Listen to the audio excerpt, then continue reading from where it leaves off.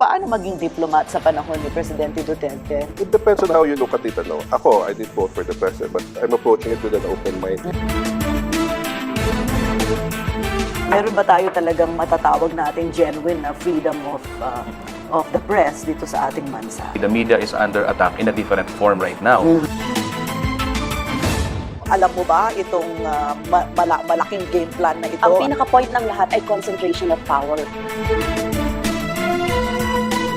Paano ka na nahubog bilang isang artist? Mas lalo ako na-inspire. Dapat isay pala is the soul. Yeah. The culture, the arts.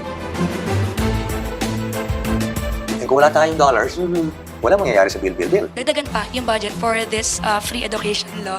Ulok, korap, wala siyang pakialam dyan. Kailangan dito kayo sa akin. Hindi pera ang kailangan para ibalik ka sa pwesto ng mamamayan kung hindi performance. Build up a civilization of love and a culture of life. Ang punot dulo ng bawat usapin ay ating lilinawin.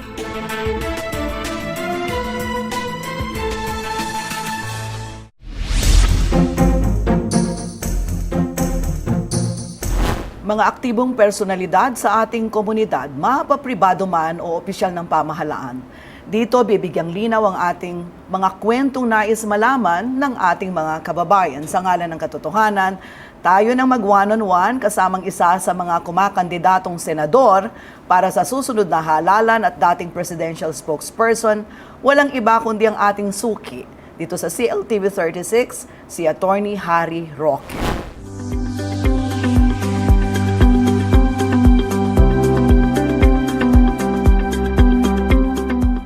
Naging makulay at kontrobersyal ang pagsisilbi bilang miyembro ng gabinete ni Pangulong Rodrigo Duterte si dating presidential spokesperson, Attorney Harry Roque. Sa halos isang taon na pamamalagi sa Malacanang, naging laman siya ng bawat pahayagan, istasyon ng radyo at telebisyon, maging ng internet dahil sa paghahatid ni Roque ng posisyon at saloobin ng Pangulo sa iba't ibang usapin sa bayan. Bago maging tagapagsalita ng palasyo, nanilbihan si Roque bilang kinatawan sa Kongreso sa ilalim ng Kabayan Party List noong 2016. Nakilala rin siya sa larangan ng international law at pagsusulong ng karapatang pantao. Kabilang sa mga hinawakan niyang kaso ang Jennifer Laude murder case sa Olongapo City noong 2014. Bagamat hindi sinang-ayunan ni Pangulong Duterte ang kanyang pagtakbo sa Senado, pinagpatuloy ni Roque ang kanyang kandidatura para sa darating na eleksyon. Paano nga ba nagampanan ni Attorney Harry Roque ang pagiging spokesperson ng Pangulo na minsan na niyang hindi nakasundo sa ibang usapin noong nakaraang panahon? Totoo nga bang tinalikuran na niya ang kanyang mga dating paniniwala para maluklok sa mas mataas na pwesto sa gobyerno? Ano-ano ang kanyang isusulong kung papalarin siyang makasungkit ng pwesto sa Senado? Magandang umaga, Sonia, at magandang umaga sa ating karehiyon, no? Dito sa Central Luzon. At sa buong Pilipinas, congratulations. Yes. No? National lang nga pala ang CLTV. Oo. You deserve it. Salamat. Ako'y natutuwa, nakabalik ka after 1 year. Oo nga eh. Diba? Nung Naku. araw kasi dahil anak ka ng Central Luzon, hindi alam ng marami yan. Opo, taga-Bataan po talaga tayo. At nung bago naman tayo matalagang spokesperson, talagang suki tayo. No? Ang problema lang talaga ng spokesperson tayo ay hindi tayo makaalis doon sa ating opisina. No? At alas 5 pa lang na umaga, nagsisimula na ng interview at hindi umaalis, hindi umuwi hanggang hindi natutulog din ang presidente. No? Halos walang tulog. No? So, well anyway, bawi naman tayo ngayon no? Doon sa isang taon na nawala tayo dito sa CLTV. At ngayon, hindi na si Presidente Duterte o ang iniisip ni Presidente Duterte ang pag-uusapan natin, kundi yung ikaw. Ay, mabuti naman po, napakatagal ko na akong kakilala rin ng taong bayan. No? So, hindi naman ako po pwede na isang taon na bilang tagapagsalita, mawawala na kung sino si Harry Roque. No? Ang sinasabi ko nga, intindihin nyo naman, trabaho yun. Okay. Kaya ako naman tinanggap yung pagiging spokesperson unang-una. Sa kauna-unang pagkakataon, nagkaroon tayo ng presidente na nanindigan sa independent foreign policy, no? Na dapat isulong ang pang-national interest ng mga Pilipino, hindi ng mga dayuhan. No? Sabi ng mga dati na namumuno, pwede na raw mapauwi itong September 2 na pumatay kay Jennifer Laude ng Olongapo. Abay, nung ako'y nagsumbong sa kanya, hindi pa ako tagapagsalita, kongresista pa lamang. Ang sabi niya, hindi yan uuwi. Ayan. Kita mo naman, no? Talagang patuloy naman nakakulong itong si Pemberton dahil ang sabi nga niya, hindi naman transvestite ang pinatay dyan. Ang pinas lang talaga yung soberenya na ating bayan. No? So, ganyan talaga ang paninindigan ng presidente. No? At kaya naman sabi ko, hindi lang siya halal ng bayan, kung hindi, naninindigan pa rin para sa Pilipino. So, bilang mabuting mamamayan, siguro dapat tulungan din natin siya. Alam Kaya mo, ang laki tinanggap nang ko. nawala sa kanya. Well, oo Kasi nga. umalis ka eh. Ay, hindi naman. Magaling naman si Attorney Sal Panelo. No? At sabi ko nga, meron akong kaunting regret na hindi ako kasing lapit kay Presidente kung ikukumpara mo kay Attorney Sal Panelo. Dahil yung mga huling araw ko, medyo sumimplang-semplang tayo. Hindi natin alam kung nasa si Presidente. Hindi natin alam yung issue ng kanyang kalusugan. Ang pinakausap ko lang sa taong bayan na unawain na hindi talaga ako nagsinungaling, hindi ko lang alam. At siguro kapag ang tagapagsalita ay kasing lapit kay Presidente gaya ni Attorney Sal, hindi na mangyayari yun. So kakulangan ko po yun. Pero nasaktan ka doon, di ba? Well, hindi naman po nasaktan kung hindi katotohanan naman na kasi Hindi mo talaga alam. Oo, Hindi at mo saka talaga alam. professional yung aming relasyon ni Presidente. Well, sa eleksyon nga, hindi naman ako kasama niya nung eleksyon, no? At bagamat kilala ko na siya nung dati pa bago mag-eleksyon, ang problema nga tumakbo siya, nakasuporta na ako sa isang kandidato, no? Bagamat siya talaga yung aking second choice, kung mas maaga sana yung kanyang paghain ng kandidatura, no? Yeah. Pero ganun kasi ako, pag nagbigay na ako ng salita, hindi na po pwedeng bawiin, no? Kasi pag wala ka namang isang salita, sino maniniwala sa'yo, no? Pero yung tinanggap ko ngayon, binigay kong lahat ng aking kakayanan at sa tingin ko nga, hindi lang talaga nagkataon na yung closeness ba to share the most I know intimate details of one's life, including one's health and yung schedule niya, wala kaming ganun. Pero So I hindi ba wish I had it. yung ano nyo is primarily confidential position yun sa'yo, di ba? Opo, although yun na nga, position talaga of trust and confidence. Yeah. Kaya hindi ako dumaan ng commission on appointments kasi talaga discretion Exactly. ng presidente kung sino Exactly. itatalaga niya. And ang feeling ko, I guess, kaya ako nasaktan, in the 1 year I was there, sabi ko, gusto ko talaga mapalapit sa kanya and I tried everything I could. Pero in the end, syempre, yung mga bagay-bagay, sabi niya, parang pampamilya lang yan. At so ako naman, I respect that. Kasi kahit saan naman tayo pumunta, medical condition is really absolutely confidential. Yeah. No? Pero I wish I could have done more. Yun yung Yeah, aking regret. yes, No? yes. I wish I had better access to his schedule, not limited to what appears in his calendar. Kasi binibigyan naman ako Kaya lang, I could only repeat what is in the calendar. Yes. Sabi doon, umuwi ng Davao, no? So, tapos yun nasa ang Hong Kong pa Oo, na. yun ang sinabi ko sa mga reporters, no? So, ang importante lang sa akin, kaya naging emotional ako doon sa second to the last press briefing ko, maintindihan ng taong bayan, hindi ko po kayo linuloko, no? Ni minsan hindi ako nanloko, ni minsan hindi ako nagsinungaling. Okay. Hindi ko lang po talaga alam. At malungkot din dahil dapat nalaman ko. Pero no? hindi yun ang dahilan kung bakit ka nagdesisyon na lumisan ng palasyo. Ay, hindi. Dahil plano ko naman po talagang maghain ng kandidatura. Pero he didn't approve of it, di ba? Yung pagkakandidato mo. Kasi gusto niya manatili ako. Ang sabi pa nga niya, bibigyan kita ng bagong trabaho, imi-merge ko, pag-iisahin ko yung PCOO at spokesperson at ibabalik yung press secretary, no? Ako naman, sa totoo lang, it would have been an honor, no? Kaya lang, nagkaroon din ng hindi pagkakaintindihan, Sonia. Nung ako'y nasa China, dahil ako'y presidente ng Asian Society of International Law at umaattend ng konferensya na meron din kaming board meeting, inasahan ata niya na nasa Bali ako. So may nakapagsabi ata na nag-resign ako kaya wala ako sa Bali para sa ASEAN. Kaya tinalaga na niya si Attorney Sal Panelo. So medyo unfortunate din na nagkaroon ng communication gap. Ang sabi ko nga, dapat nagpaalam ako na papunta po ako ng China, hindi ako makakasama sa inyo sa Bali dahil sa lahat naman ng trips kasama ako. No? Pero nakapag-usap naman kami ni Presidente later on, naintindihan niya, oo nga, that was an assumption kasi inaasahan niyang nasa Bali ako, wala ako. So inisip niya, baka nga nag-resign ako at hindi naman po pwede magkaroon ng vacuum. No? Kasi wala akong deputy spokes Wala akong deputy Yeah, that's spokesperson. So kapag nawala ako, walang spokesperson ng Malacanang. So inisip naman niya, kailangan talagang merong tagapagsalita rin. Pero, meron din siyang sinabi nung dinidiscourage ka niya. Oh, well, Sabi kasama niya, oo. oo. Kasama na po 'yun doon sa it was Hindi the ka same na-challenge it was doon? the same day po na Weren't you challenged by na those words? sabi niya na tanggapin mo nito, bibigyan kita ng bagong trabaho. So niya, ang totoo niyan, sabi ko, oo. So pagkatapos kong oo na tinanggap ko naman dahil you don't say no to the president, nagbibiro na lang siya doon sa pangalawang okasyon on the same day. Dahil sabi nga niya, stay on, ganyan, no? Sabi niya, hindi ka maninalo dahil ang mga sundalo hindi ka boboto. Pero at the same time, alam mo si Presidente palabiro, bago naman niya sabihin yon, sinabi niya doon sa isang okasyon, mabuti pa nga itong si Harry Roque, nung kasagsagan ng gera sa Marawi, nagtamigay ng hamburger at ng brief sa mga sundalo, no? So, talaga ang Presidente palabiro sa lengguwahe. Pero nung sinabi niya yon, tinanggap ko na yung trabaho na binibigay niya. So, I guess siguro iniisip niya wala namang mawawala dahil tumanggap na naman siya, hindi na siya tatakbo. Pero sa kauna-unang pagkakataon, yun nga ang nangyari, no? Nagkaroon ng hindi pagkakaintindihan. A few days later, tinalagay yung ibang tao sa aking posisyon. Di, bagamat gusto kong magpatuloy, wala naman ng trabaho para sa akin sa Malacanang. So, tinuloy ko yung original na plano na tatakbo dahil talaga namang sa mulat-mula, ang plano ay tumakbo ko ng senador. Ayaw mo ng sentralismo. Ayaw ko ng sentralismo. So, ang totoo niyan po, umalis ako. No? Pasaway ang Harry Roque. Pasaway.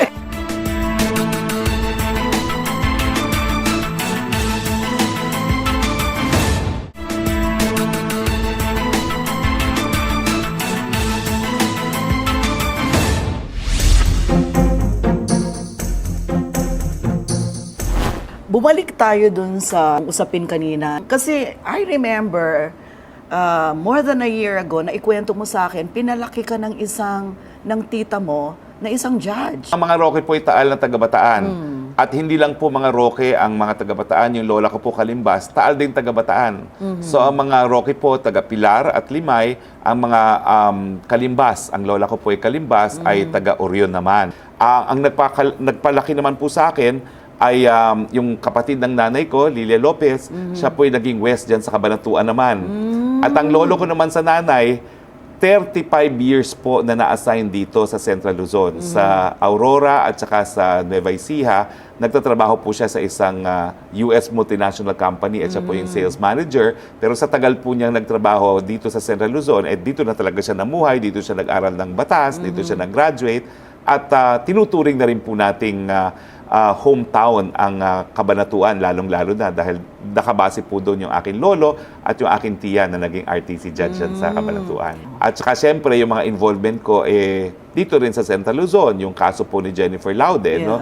So nanirahan muli ako dito sa Olongapo nga ng isang taon. Halos isang taon ako nanirahan doon dahil dire-diretso naman yung paglilitis, no? Kung saan sang lupalop ka nag-aral. Opo. Na London, di ba? Opo. Sa Amerika, nag-aral ka din. Well, alam niyo po, nagsimula po kasi ako talaga sa UP. High school pa lang po, UP na ako. Tapos nagsimula ako ng kolehiyo sa UP. Ang hindi alam ng marami, aktivista po ako. Pero ako po yung unang nagtanong ng mga question na hindi nagustuhan ng kabataang makabayan. Sabi ko, bakit ba palagi na lang tayo slogan ng slogan? Sabi ko, at sino mga nagdedesisyon ko anong gagawin ko? Kasi vice chairman ako ng Freshman Student Council doon sa UP. Pero parang sabi ko, bakit ako dinidiktahan at akala ko ba tayo'y kritikal, tayo'y pumupula sa administrasyon dahil nag-iisip tayo, bakit dito sa sistema, dapat sumunod lang ako ng sumunod sa mga tao. Ayaw mo ng sentralismo. Ayaw ko ng sentralismo. So, yung panahon naman pong yun, ang nanay ko po yung nagtatrabaho sa Amerika. Okay. At ang totoo po niyan, ang nanay ko ay, yung mga panahon na yon, hindi lang OFW, may punto pa na wala siyang papel sa Amerika. So, minabuti ko naman na samahan din ng aking nanay doon sa Amerika. Bagamat by that time, nagkaroon na nga siya ng status sa Amerika. Pero, nagkaroon din kami ng parang abirya sa aming pamilya, namatay yung aking kapatid, iniwan ng isang 3 taon na batang babaeng anak. Tapos yung nanay ko pa, nakipagdemandahan dun sa aking brother-in-law para sa kanyang grandmother's rights. At nanalo naman siya. So sabi ko, sige, samahan ko muna yung aking nanay.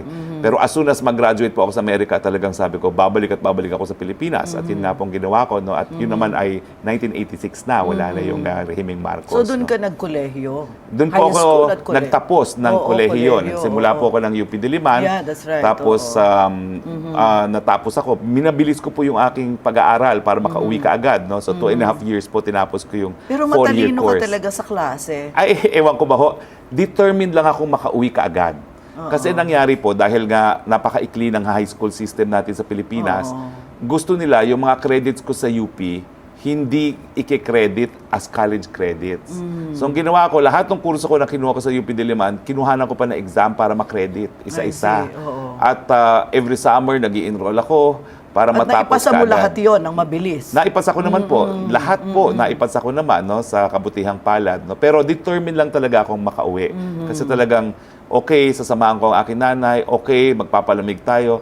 Pero kapag po pwede na, yung bumagsak nga ang Rehiming Marcos, sabi ko, wala nang dahilan para manatili sa ibang bayan. Hindi ka nahirapan sa US, yung adjustment? Alam niyo sa po, kultura, sa environment, lahat? hindi talaga ako po pwedeng sa Amerika. Talagang mahal kong Pilipinas. Pwede ako manatili doon. Hanggang ngayon po, marami nagnanais na doon tumira. Nagkaroon po ako ng pagkakataon, hindi ko na po kinuha ang aking green card. Dahil lang sabi ko nga, hindi ko naman gagamitin yan. Gastos lang yan dahil kinakailangan pupunta ka doon taon-taon. Siguro talagang nakagisnan ko na ang buhay dito sa Pilipinas, no? At napansin ko, iba talagang pananaw sa mundo ng mga Pilipino. Nung sa mga klase na nagdi-discuss kami tungkol sa Vietnam War, kung gano'ng karumal-dumal, na nadidepress yung mga kaklase ko, humahalakhak ako. Tapos sabi nila, bakit ka humahalakhak? Kasi kami mga Pilipino, sa dami ng trahedya na meron sa aming bayan, sa mga bagyo na lamang, yung mga nakakaiyak, tinatawanan na lang namin. At doon ko nakita talaga na bagamat nasakop tayo ng mga Amerikano, hindi pa rin naalis yung pag-iisip natin, yung ating pagka-Pilipino. No? At nanindigan talaga ako at nagdesisyon. Doon ako sa Pilipinas kahit anong mangyari. At kailan ka nag-aral sa London? Ito po'y tapos na ako Okay. ng abogasya. In fact, 5 taon na ako nag-practice. So, 1995 po ako nagpunta ng London. Abogado na po ako dyan. Ito naman ay para mag-specialize sa international law. At naswerte naman po ako dahil yung London School of Economics and Political Science, lahat po talaga ng pinakamagagaling sa international law ay naroroon. Tiyempong-tiyempo nang ako'y na-recruit para magturo ng international law ng 2001, pumutok naman ang Iraq War. At dahil kinakailangan ng mga commentators ng mga TV channels kung ano yung pupwede, ano hindi pupwede sa digmaan, at yung issue na dapat ba tayong sumapi sa isang gera na sinasabi ko na isang illegal na gera dahil ito po ay walang sanction ng Security Council, doon po tayo nakilala ng publiko. Kaya tuloy-tuloy na po tayo mula noong 2001. Kasi naging paborito ka ng resource person. Opo, ng dahil mga media network. dahil pumutok po yung international law na dati walang pumapansin. So unang-una po yung Iraq War, tapos yung bagong sistema ng World Trade Organization na kinakailangan maintindihan ng ating mga bayan, ng mga kasama. At saka lumakas po yung ASEAN din. No? So I think I was there at the right time, at the right place.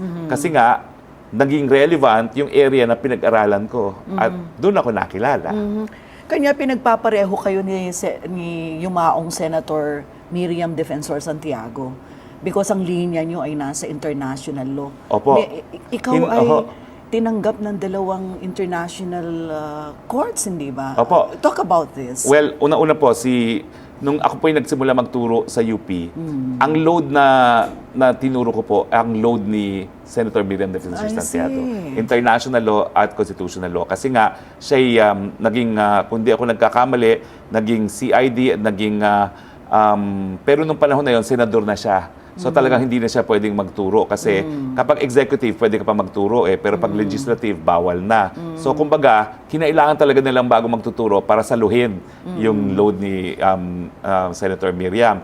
Tapos international law nga po ako po yung hanggang ngayon, kaisa-isang Pilipino na po pwedeng umapir sa International Criminal Court.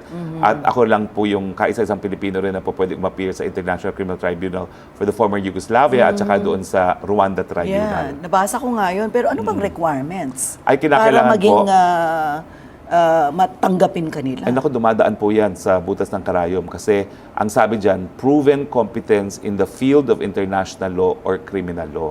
At doon sa application process naman, iisa-isahin mo talaga lahat ng naisulat mong artikulo, lahat ng kaso na nai-handle mo, at syempre yung mga references, no?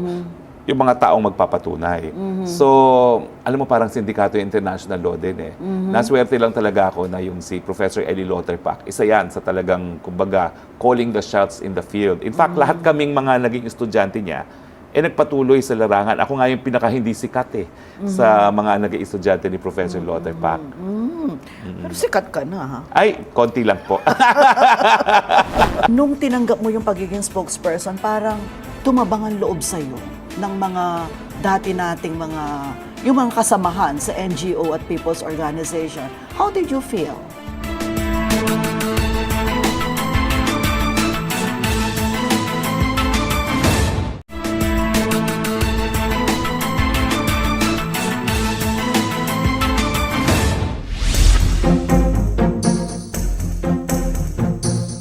Noong bago ka maging spokesperson, ikaw ay isa sa mga, sabihin na nating, pinakasikat at pinakapaborito ng NGO at People's Organization pagdating sa pagtatanggol sa karapatang pantao. At yung kay Jennifer Laude, isa yan, hindi ba? Opo. Pagkatapos yung engagement mo sa mga farmers ng Zambales, madalas Opo. ka dyan sa area na yan, di ba? Mangingisda po. Oo. Pero nung tinanggap mo yung pagiging spokesperson, parang tumabang ang loob sa'yo ng mga dati nating yung mga kasamahan sa NGO at People's Organization. How did you feel? Well, syempre po, nasaktan dahil mga kaibigan ko yan. No? Pero malinaw po sa akin kung ano yung direksyon na gusto kong tahakin. Dati-rati po, tama, nagamit ko yung batas para isulong yung ninanais kong pagbabago. Pero anong mas malawakang pagbabago ba ang naging bunga ng aking mga ginagawa? Of course, napakulong natin si Pemberton, no? Pero nariyan pa rin yung mga Amerikano, no? Yes. Linitis natin yung mga pumatay sa Maguindanao Massacre, pero hanggang ngayon, ni isa sa kanila wala pang nababasahan, bagamat marami sa kanila ay nakakulong habang dinidinig ang kaso. No? Hinabol natin si Jokjok Bulante dahil dun sa korupsyon ng fertilizer camp. Yeah. Hinabol natin yung mga nanloko sa gobyerno dun sa swine scam na tinatawag. No? Hanggang ngayon, yung mga kaso nakabinbin, wala pa rin nakukulong. So ang sabi ko, parang hindi sapat na ginagamit lamang yung kakayahan ko sa batas bilang abogado para nga labanan ng korupsyon at magkaroon ng pagbabago. Kaya naisip ko, ako na may nagtuturo ng batas. Alam ko naman na ang papel ng lehislatura bilang isang institusyon sa demokrasya. So unang-una, nagdesisyon ako, sumabak sa larangan ng politika at tumakbo nga ako bilang isang party list. No? Anong nangyari doon?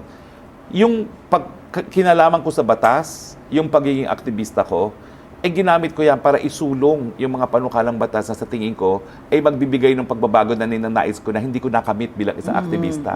Ano po yan? Tayo po ang nagsulong ngayon nung Universal Healthcare Bill. Ibig sabihin yung libreng... Marami nagkiklaim dyan eh. Ay, hindi po. House Bill 23 po ako. At alam po ng miyembro ng Kongreso, hindi lang po ako nag-sponsor niyan. Ako pa pong nagdepensa niyan on my own kasi yung committee chairman po namin ay abroad at that time. No? At nung naantala ang pagpapasa ng Universal Healthcare ng isang taon, dahil kami po, pinasa ko yan Agosto 2017 bago pa ako umalis ng Kongreso, nakabinbin po yan sa Senado na napakatagal.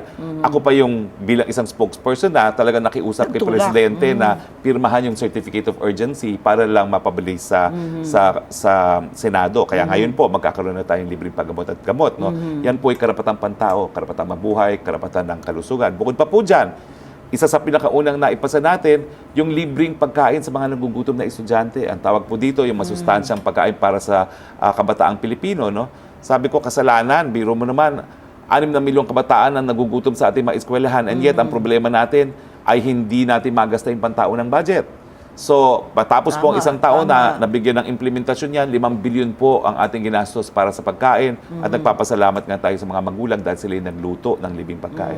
Meron din po tayong libreng irigasyon. Ito po, nagsimula po ito, made in Cagayan ang tawag ko dyan. Sa loob ng ilang taon yan? 16 months lang po yan. Oo. So, yung libreng irigasyon po natin, naimbita ako ng profesor pa ako sa UP ng mga magsasaka sa Cagayan Valley.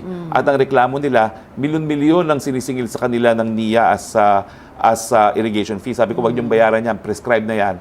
At hayaan ninyo, no, nung nagdesisyon na akong sumabak sa politika, isa sa pinakauna kong hinain, dapat libre ang patubig dahil ang tubig galing sa Panginoon. Napakatagal na natin binayaran yung mga infrastruktura na wala namang bago na nai-introduce ang NIA. So ngayon po meron tayong libreng patubig hanggang 8 hektare ang lupain. At sana yung CL nabibiyayaan ng Ay, todo dyan. ang alam ko po, nabibiyayaan po kasi matapos ang isang taon ng implementasyon, 2 bilyon pong ginastos natin para sa libreng patubig. Ang problema lang, Sonia, no, 3.7 yung target natin na dapat magkaroon ng irigasyon. Nasa 1.4 million hectares pa lang tayo na may irigasyon. So, bagamat libre, kulang naman talaga yung irigasyon. Tapos nandyan din nga yung, ang marami talaga nagkiklaim, yung libreng tuition sa state universities and colleges. Oo, Yan, marami talagang din yan. lahat yan nagkiklaim. Oo. Pero sa lahat na nagkiklaim, ako lang yung full-time professor sa UP for 15 years. So ako pag sinabi kong sinulong ko yan, maraming maniniwala kasi alam ko naman yung estado ng mga estudyante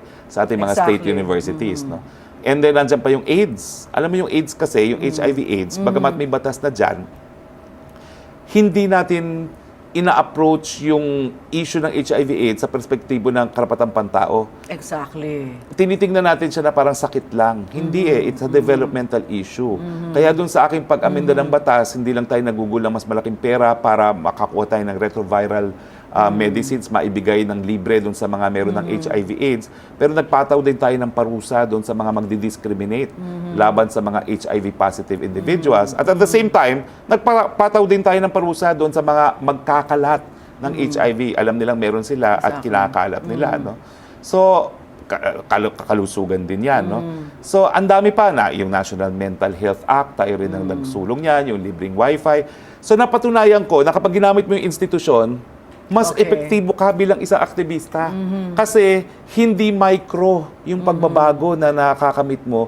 Talagang libreng paggamot sa lahat. O, alam mo ba, 7 out of 10 na Pilipino hindi nakakakita ng doktor sa talambuhay nila. Ngayon po, libre ng lahat. O, paano ko naman nagawa yun? Certification of urgency na pinirmahan ni Presidente. Ibig sabihin, kung hindi ako nagkaroon ng relasyon kay Presidente, wala dyan sa mga batas kung naisulong ang maisa sa batas. Kaya nga nagtatanong sila biro mo, bagong-bago akong congressman, hindi naman ako trapo. Paano ko nagawa yun? Kasi nga nagkasundo kami ng Presidente sa independent foreign policy. Kaya matapos ng 16 months, sabi niya, in-announce niya ito sa Philippine Councilors League, tama na yung advocacy mo, halika na, sumama ka na. Hindi ko maintindihan ang sinasabi niya. Yung pala, binibilang na niya kung ano talaga yung mga batas na naisulong ko na dahil tinulungan niya ako. Dahil meron naman PLLO. Pero may gusto akong linawin. Hindi naman ibig sabihin na common nakita mo na yung arena ng parlamento, yung legal at saka yung sa kongreso o lehislatura, hindi man ibig sabihin na hindi ka naniniwala sa parlamento ng lansangan. Ay, naniniwala pa rin po. Ay, meron talagang mga tao siguro na dapat manatili dyan. No? Pero sa akin, no, dahil ako yung naging profesor ng batas at naging abogado, para bang naging mas epektibo ko doon sa 16 na buwan na yun, kung ikukumpira doon sa mga 25 years na ako yung naging aktivista, na hindi ko ginamit yung institusyon. No? Now, yung pagiging spokesperson ko naman, nung tinanggap ko yan, number 1, yun na nga na unang-una, realization na kung hindi naman ako tinulungan ng Presidente, hindi ko maisusulong din yung aking mga panukalang batas na nagtataguyod ng karapatang pantao. At pangalawa, tulong ko yun sa isang Presidente na naninindigan doon sa isang malayang panglabas na relasyon na ang buong akala ko sa talambuhay ko, hindi ko makikita. Pero, hindi ba kanya napansin ka ng Presidente dahil sa background mo? Aktivista ka, magaling kang lawyer, di ba? Yung buong network mo, mula nung nag-aaral ka hanggang sa naging guru ka, hanggang sa naging kilala kang abogado, hindi ba? Well, kilala niya ako unang-una dahil inimbestigahan ko siya. Nagkaroon po kami ng investigasyon sa Davao Death Squad. At talagang ang aking conclusion po, naku, napakatagal na nito, unang taon ng pagiging CHR chairperson ni Laila de Lima. Oh. Okay, so you're talking of kung 6 na taon siya nanilbihan bilang isang Secretary of Justice plus 3. So 9 years plus 2 years na nakalipas, so mga 11 years ago. So pinag-aralan namin Davao Death Squad. Report ko na they exist. Report ko modus operandi, ang malungkot na ko, Sonia. Mga piskal pa ang nagsasabi kung sinong dapat maging biktima. At nakukuha ko ng 3 koroborasyon. Yung isa sa mga naging source ko, city fiscal na ngayon ng isang malaking syudad. No? Pero wala akong nahanap na ebidensya na si Mayor Duterte ang nasa likod ng Davao Death Squad. Wala akong magagawa, walang ebidensya. So nagdeklara ako, they exist, ganito ang kanilang pamamaraan, pero walang ebidensya labang kay Mayor Duterte. Doon sa same forum na yon, pumasok ang bagong CHR na Laila de Lima. Dineklara niya sa buong mundo, I will prove that Mayor Rodrigo Roa Duterte is behind the Davao Death Squad. She had 3 years as CHR chairman. She had 6 years as DOJ secretary. Wala naman siyang kahit anong naisampa labang kay Mayor Rodrigo Roa Duterte. No? Ako naman ay nag-aantay kasi nandiyan naman yung buong aparatus ng gobyerno. Kung may ebidensya, ay di isampahan natin ang kaso. Wala naman siyang Bilang abogado, naipakita. nakabase ka sa ebidensya. Ebidensya talaga kasi alam mo bang kami yung unang naghukay doon sa lugar na sinabi ng Matubato na meron daw mass grave. Ang nakuha lang namin, skeleton ng aso. So yung Matubato, hindi bago sa akin yan. So yung Pinag-aralan rason kung ko. ba't tinanggap mo yung pagiging spokesperson ay dahil para sa'yo. Walang ebidensya na may katotohanan yung sinasabi nilang mass murderer itong si Mayor Duterte. Tapos, syempre nakilala ko na siya. Pero you also Piskal. said at one point na huwag siyang iboto.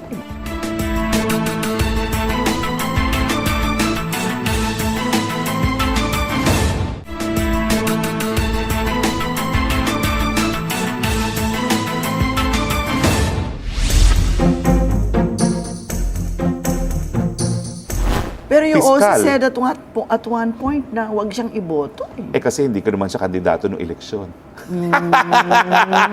Ikaw talaga. Hindi ko naman siya kandidato ng eleksyon eh.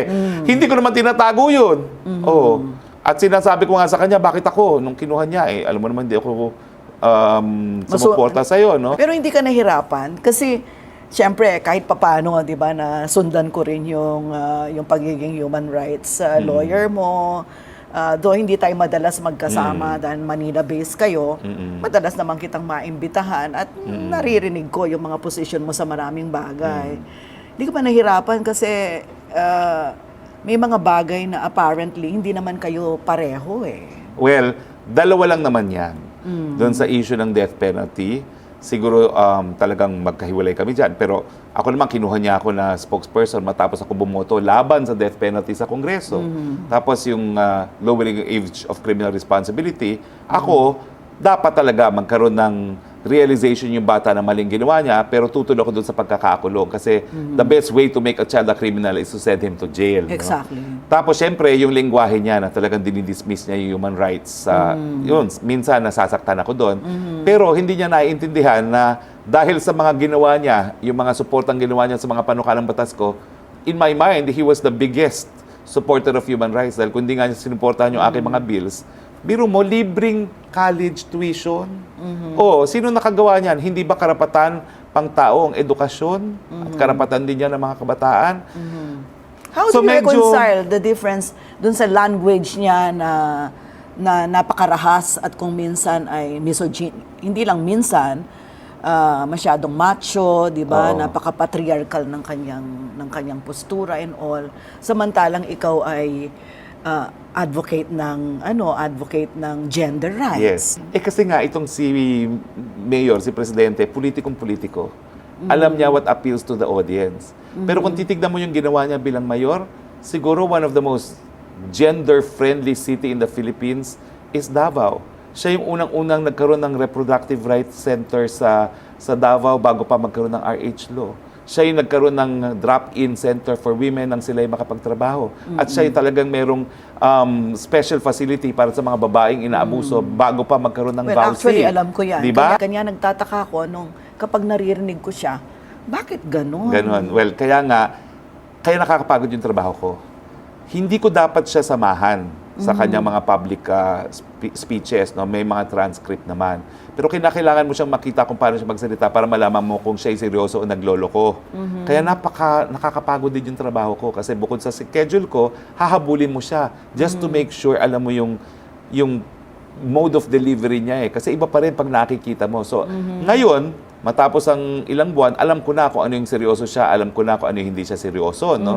Pero dapat talaga, sasamahan mo siya. Yun ang nakakapagod. So, sa akin, it was not difficult to reconcile. Number one, alam ko talagang paninindigan niya.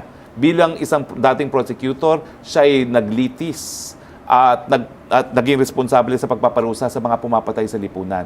Alam mo, ibang klase yung abogado ka na, makitid ng isip mo, mas makitid isip ng mga piskal. Black or white yan. Hindi po pwedeng in between. No? So ako, firm ako sa conviction na yon. Pulaan yun ng pulaan ng presidente, ng ebidensya. At mabuti nga, nagdemanda sila sa International Criminal Court na malalaman nilang madidismiss lang yan at walang mangyayari. No? Bukod sa walang ebidensya, yung konsepto nga ng complementarity na habang gumagana ating mga hukuman, hindi dapat nagpupunta na ICC. So sa akin, firm ang foundation ko. Hindi naman ako sasali sa kanyang gabinete kung sa tingin ko mamamatay tao siya. Ako nga mismo ang nag-research at akong nag-conclude, wala akong ebidensya. So sa akin, madali tanggapin na itong taong ito, popular, may political will, ito yung kinakailangan nga natin para makamit ang tunay na pagbabago. Hindi ba siya nakakatakot? Hindi. Alam mo, Hindi ka natakot sa kanya? hindi kasi iba yung public persona niya. Parang si Miriam Defensor Santiago rin, iba yung private. Napaka-gentle niya in private. No? Tapos yung sinasabi Ngayon, mo, pinapabalik ka niya, paano yan? ay, hindi naman.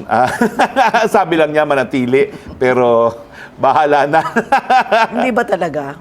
So tuloy-tuloy ka na sa iyong kampanya para maging senador ng Republika ng Pilipinas. Well, ako po'y tumatakbo bilang senador, pero There is no turning back for you? well, ang sa akin naman po, I leave my faith to God. No, I'm also a Okay. Christian besides being an activist. Sa akin ang motto, thine will be done. Alam mo yung buong talambuhay ko, hindi ko makakalaing I will be where I am. Hindi ko akalaing from an activist, magiging kongresista ako. Sino ba naman nag-isip na kaya kong manalo? And I landed number 6 out of 115 party list na wala naman akong pera. So what do you say to those who said na pinlano mo talaga yan kasi opportunista ka daw? Hindi po sa oportunista, but malinaw po kung anong nais kong mangyari. So I'm very firm with what I want to achieve, and I did achieve it in terms of the legislation that I have passed no, as a member of Congress. So hindi po pwede yon to live to fail. Ako po, ginamit ko talaga yung pagkakataon para isulong yung gusto ko mangyari sa lipunan, hindi naman para sa akin sarili. At sa napakaliit na panahon na 16 months lamang. At ang pagiging spokesperson, hindi mo tinanggap para sumikat. Well, alam nyo kasi, ang pagiging spokesperson, unang-una, yan yung pamamaraan ko na magbigay galang doon sa mga Pilipino na nagbigay ng mandato kay Presidente. Okay. Pansinin mo naman, Sonia, matagal na tayo Yeah. magkasama. Linalabanan ko yung mga walang mandato o may duda ang mandato. Ito walang kaduda-duda. Pangalawa, importante kasi sa akin yung karapatan ng malayang pananalita. Okay. Talagang advocacy ko yan, kaya ako dinidepensahan lahat ng mga periodistang na-accuse sa libel at pinapatay. No? Pero, kasama sa karapatan ng malayang pananalita ay yung freedom of information kasi kung wala kang datos, paano ka magkakaroon ng paninindigan? Paano magkakaroon ng debato kung walang datos? So sa akin, ang mission ko as spokesperson, bigyan ng buhay at bigyan ng katuparan yung freedom of information ng mga mamamayan na unang-una, yan ay naging subject ng EO number 1 ng Presidente. FOI in the executive. Kaya nga lang, sa executive lang. No? So sabi ko, of course, dakdak ka lang ng dakdak dyan as spokesperson, pero napaka-importante ng karapatan ng taong bayan na binibigyan mo ng katuparan, FOI. So, even in my decision to accept, I was rights-based. Sino pa magbibigay ng katuparan dyan kung hindi yung spokesperson mismo? Kaya pansinin nyo, wala akong tinago. Hanggat maaari, sineshare ko, na naiilang sa akin yung mga ibang gabinete na too much information dahil meron din naman tayong tinatawag na executive privilege na hindi naman dapat na lahat nalalaman ng taong bayan. Otherwise, public policy will suffer dahil hindi naman lahat ng desisyon dapat popular. No? Pero hanggat maaari, I accorded the people this right and I could tell anyone and look them into the eye na karapatan din yun na aking isinulong bilang spokesperson. At hindi mo ba tinitignan na naging liability para sa iyo sa pagtakbo mong senador ang pagiging spokesperson? Kasi binabrand ng marami yung pagiging spokesperson na parang naging apologist ka ng isang nanunungkulan. Well, una-una po, bilang tagapagsalita, ang aking mga deklarasyon dapat posisyon ng presidente lamang. Katawa-tawa naman yun kung kukontrahin ko ang posisyon ng presidente. So, sa mga pumupula sa akin, bakit ako naging apologist? Hindi po ako apologist. I had to say the position of the president in the 1 year I was there as presidential spokesperson dahil hindi naman po ako spokesperson kay Harry Roque. Hindi po pagiging apologist po. Yun po yung naging trabaho ko. Pangalawa, hindi rin po naging liability sa akin yan dahil kung paniniwalaan mo yung mga surveys, nung ako'y aktivista, nako, 18% lang po ang nakakakilala sa akin. After all the cases I have filed, no? After all yung mga hinabol ko, si Jokjok Bulantes, Wine Scam, Maguindanao, 18. Nung ako'y naging kongresista, 34. Nung ako naman po'y naging spokesperson, sumipa, ngayon po 88. So, tingin ko, whatever chance I have for higher office is also because of my stint as a spokesperson. Kasi bagamat mahina pa yung conversion na tinatawag, nakikipagsabayan na tayo ngayon sa mga artista. At ang feeling ko naman, kaya natin lumaban pati sa mga artista dahil nga doon sa pagkakataon na nagkaroon tayo. Nasabi mo ang artista, paano yan? Akwit na si Bong Revilla. Okay, sa akin naman, lahat may karapatan. Pero ito, bilang isang profesor din, no, ang aking leksyon, kumbaga naman sa ating mga kababayan, pumili naman kayo ng kwalipikado doon sa trabaho. Hindi ko sinasabi na marami ay hindi kwalipikado na gumawa ng batas. Pero dahil ang trabaho ng senador ay tagagawa ng batas, unang-una, naintindihan ba ng mga taong gusto nyong iboto kung anong batas? Alam ba nila kung paano ginagamit ito para baguhin ang lipunan? O sila ba ay talagang paupo-upo lang at kumukuha lang, kumukubra lang dahil sila ay sikat at nahalal dahil sa kanilang kasikatan? Alam mo sa akin, maipadala ko lang o maikalat ko lang yung mensahe yan na dapat naman wag lang kasikatan ng basihan sa paghahalal, lalong-lalo na sa isang deliberative body ng Senado. Ibig sabihin ng deliberative, balitaktakan yan. Sang-ayon o ukol sa mga pulisiya na magbabago ng ating mga buhay. Wag naman nating ilagay yung mga walang kakayahan makipagbalitaktakan ukol sa mga iba't ibang pulisiya. Agree ako sa iyo dyan. Kaya nga ako, fight. Kahit anong mangyari, alam ko, nangungulelat ako, pero alam ko naman, makikinig naman ang taong bayan, no? Oo. May nagsasabi, nag-early campaigning ka daw eh.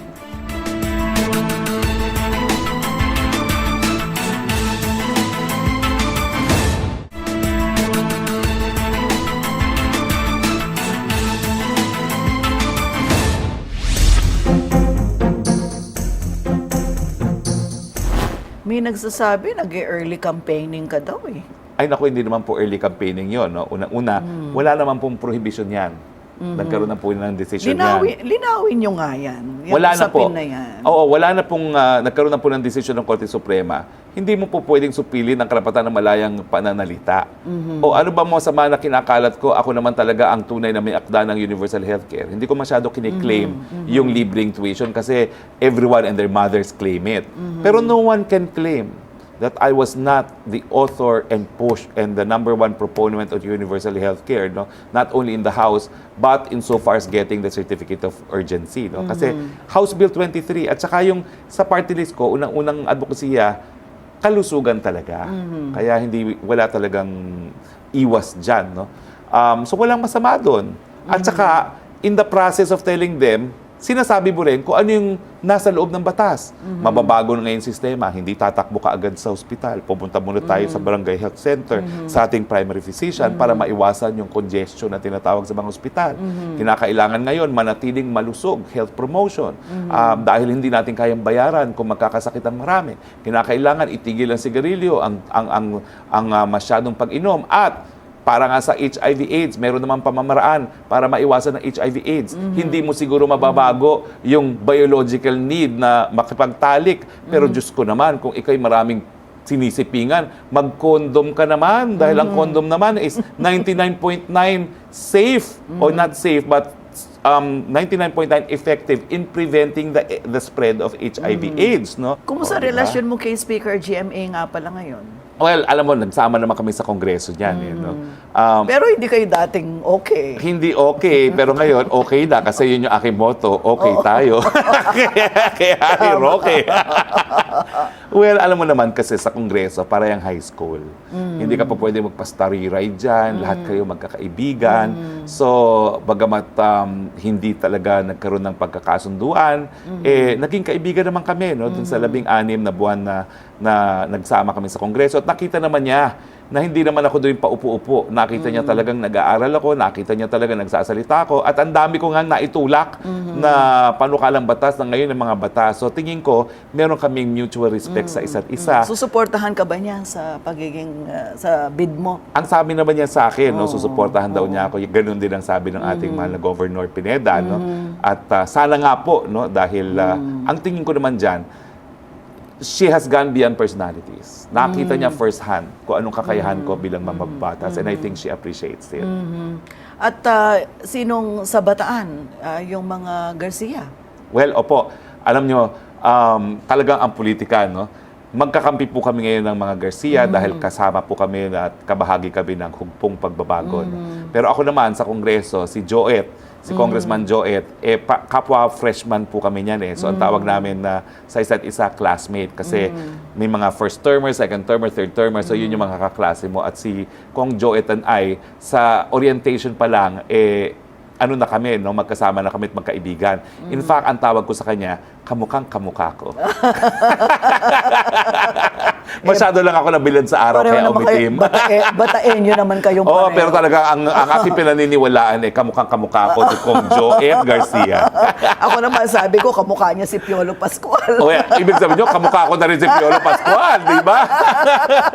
Ay, ngayon pala, sa pagtatapos itong ating usapan, mag-share ka naman ng ilang mga balak mong mga panukalang batas na magbe-benefit yung mga taga Central Luzon. Well, alam mo kasi, 283 bills ang naihain ko in the 16 months na nandun ako sa Kongreso.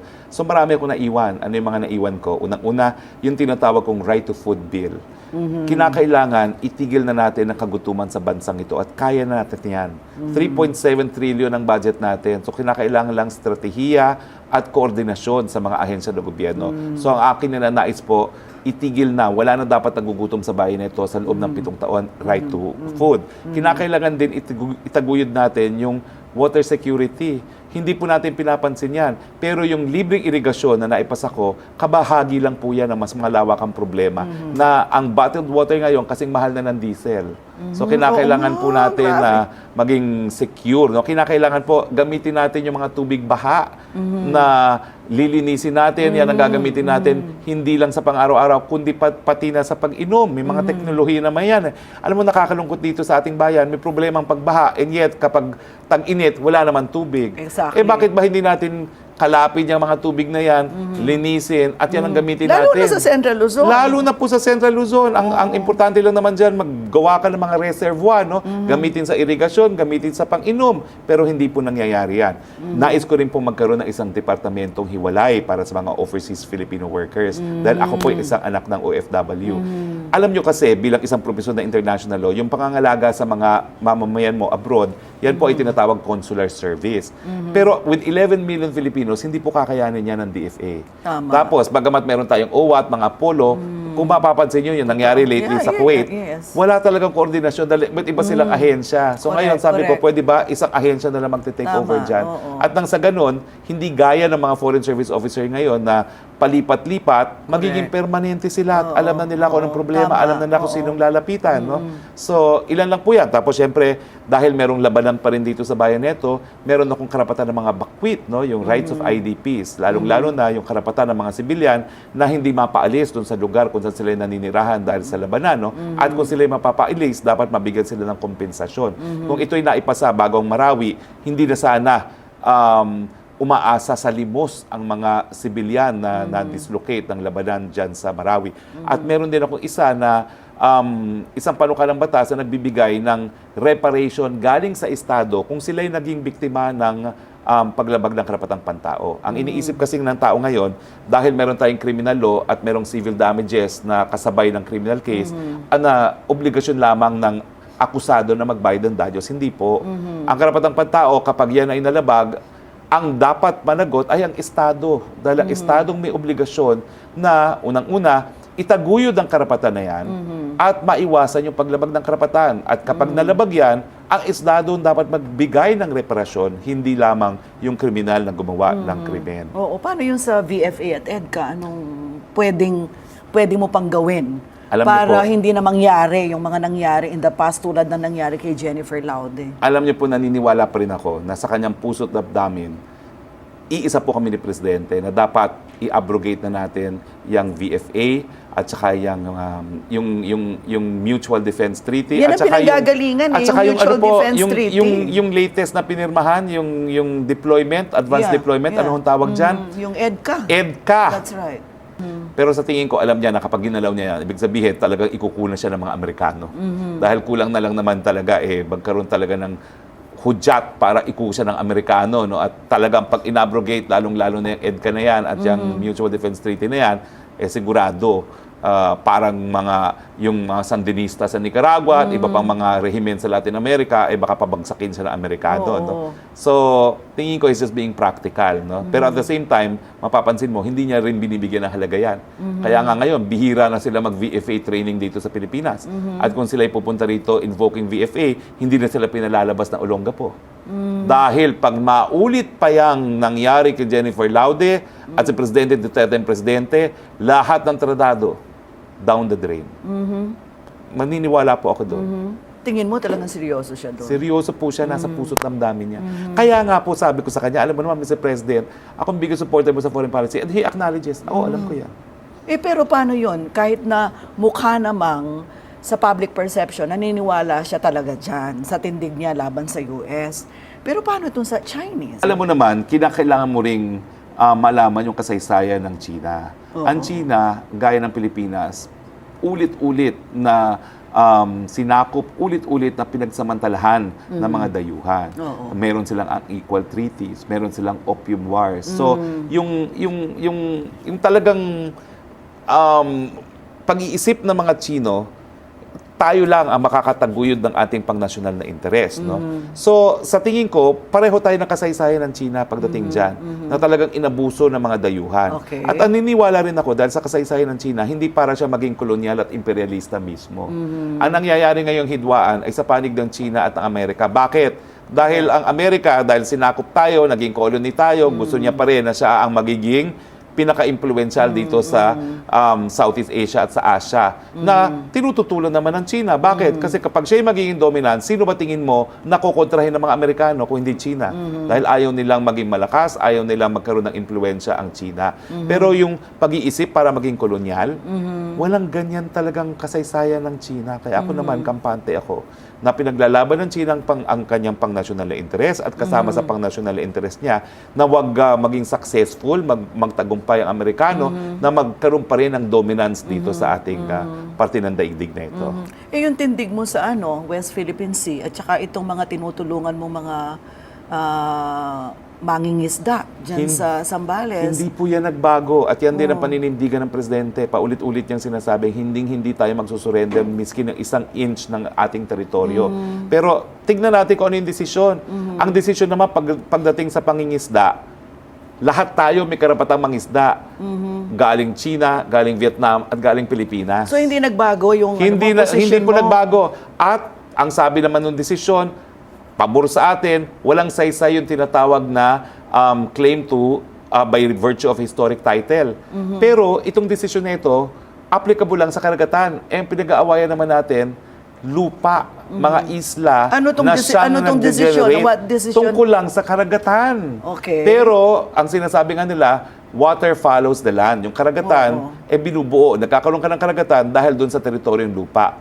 So, wala tayong panalo pagdating doon sa pinag-aagawang lupa. Okay. So, at itong problema natin sa pinag-aagawang lupa at mga isla, dahil hindi naman papayag ang China na magpunta sa International Court of Justice, kinakailangan pa rin ma-resolve yan sa pamamagitan ng diplomasya.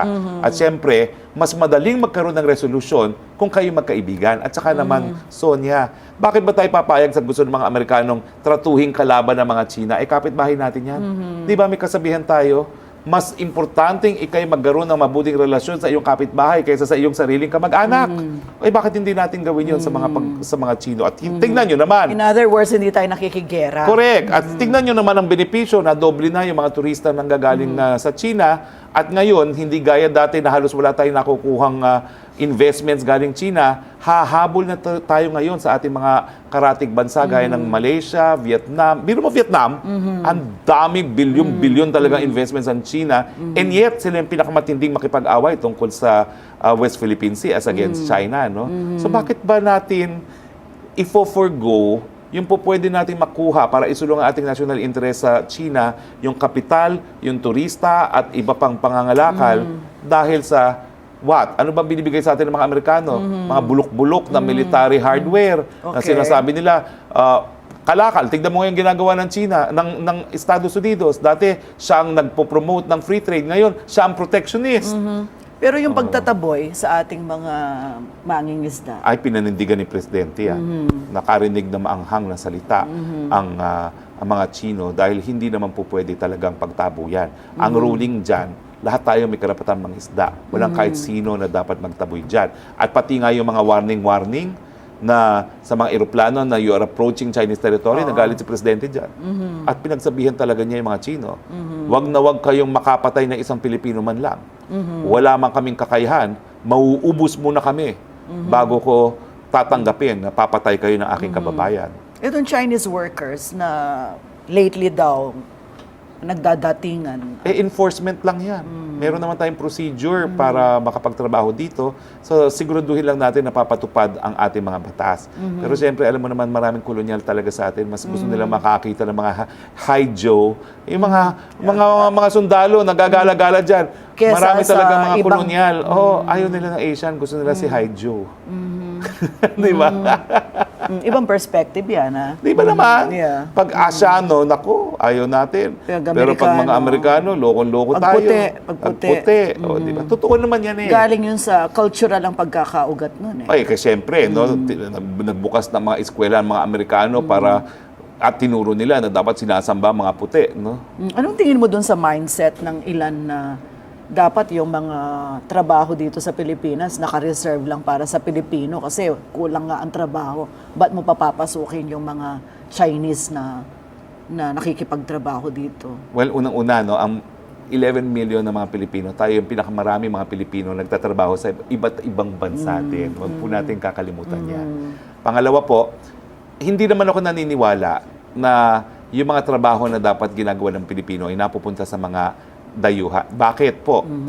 Kasi kulang nga ang trabaho rito kaya nga tayo nagpupunta sa ibang bansa.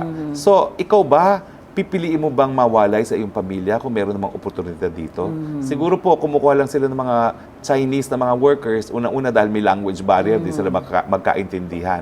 So, kinakailangan talaga either mag-aral ng Ingles sa mga Chino o di naman kaya mag-aral din tayo ng Chino, no? So tingin ko, yun lang yun, no? Pero talagang naninindigan naman ako na kung hindi kinakailangan sila magpunta rito, hindi dapat sila nagpupunta rito. At ang pagkakaalam ko, sila ngayon ang gustong magkuha ng napakadaming English teachers at iba pang professionals para nga magtrabaho sa China.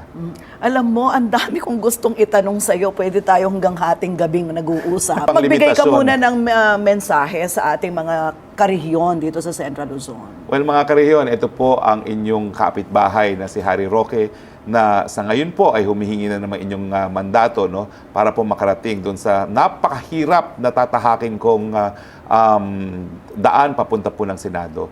Hindi po tayo sikat, hindi tayo mayaman, hindi tayo anak politiko, hindi tayo anak mayaman. Pero ang meron lang po tayo, yung napatunayan ng kakayahan bilang isang mambabatas.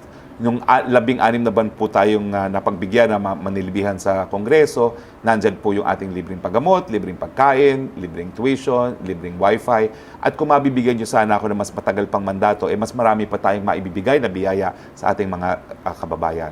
Naniniwala rin po ako sa karapatang pantao, hindi ko po tinatago yan. At sa lahat po ng aking ginagawa, pati po yung aking desisyon na maging tagapagsalita ng Presidente, ay dahil sa tingin ko importante yung freedom of information na karapatang pantao din.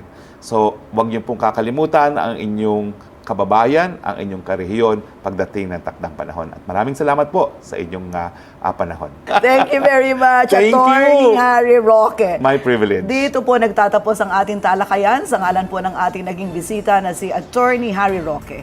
Ako po si Sonia P. Soto at itong So to Speak, kung saan ang punot dulo ng bawat usapin ay ating lilinawin. Maraming salamat.